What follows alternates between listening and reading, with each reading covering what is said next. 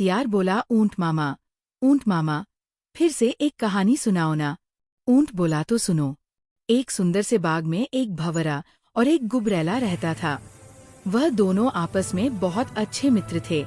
भंवरा रोज फूल का रस पीता और गुबरैला रोज अपने बच्चों के लिए गोबर के गेंद बनाता। एक दिन दोनों में चर्चा हुई कि किसका काम और जीवन ज्यादा बेहतर है।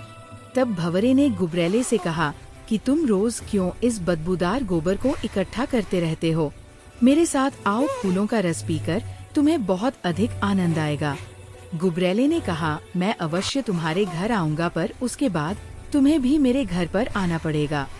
दोनों के बीच शर्त हो गई कि जिसका भी काम ज्यादा आनंददायक होगा, दूसरा उसके ही काम को अपनाएगा। अगली सुबह गुबरैला भंवरे के पास फूलों के ऊपर पहुंचा। भंवरे ने उसका स्वागत किया और उसे खाने के लिए अच्छे रस वाला फूल दिया। गुबरैले को इतने मधुर भोज खाने की आदत नहीं थी, अतः उसने बड़े चाव से फूलों के रस को पिया। उसे ये सुध ही नहीं रही कि सूर्यास्त हो चला है और सूर्यास्त के समय सभी फूल बंद हो रहे थे। फूलों के बंद होने पर गुबरैला भी उसी के पंखुड़ियों में बंद हो गया। भंवरा उसे ढूंढता रहा, फिर उसे ख्याल आया कि कहीं मेरा मित्र गुबरैला फूलों के अंदर तो बंद नहीं हो गया आते। उसने गुबरैले को सुबह सूर्योदय के पश्चात ढूंढने का फैसला किया।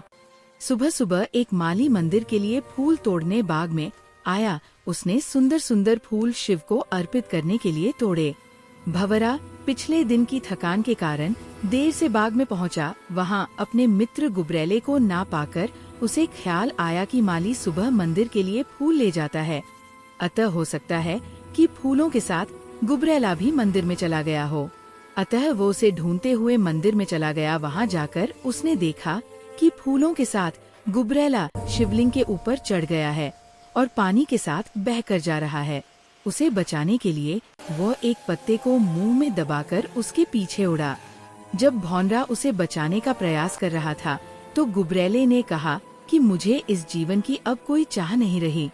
आपके साथ संगत करके मुझे जीवन के यथार्थ सत्य का बोध हुआ। अब मैं उस गोबर में दोबारा वापस नहीं जाना चाहता, अतः आप मुझे गंगा जी में ही बहने दें। मैं यहीं अपने प्राण त्यागना चाहता हूँ, क्योंकि आछी संगत नेक फल चरे शिवों के शीश।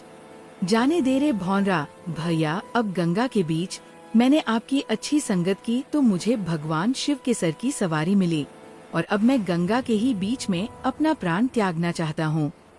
इस कहानी से हमें शिक्षा मिलती है कि यदि हम अच्छे मित्रों का संग करें तो हमारी उन्नति निश्चित है, क्योंकि कीड़े भी फूलों के साथ देवताओं के सर पर चढ़ जाते हैं और पत्थर का नग भी सोने का संग करके उससे ज्यादा महंगा हो जाता है।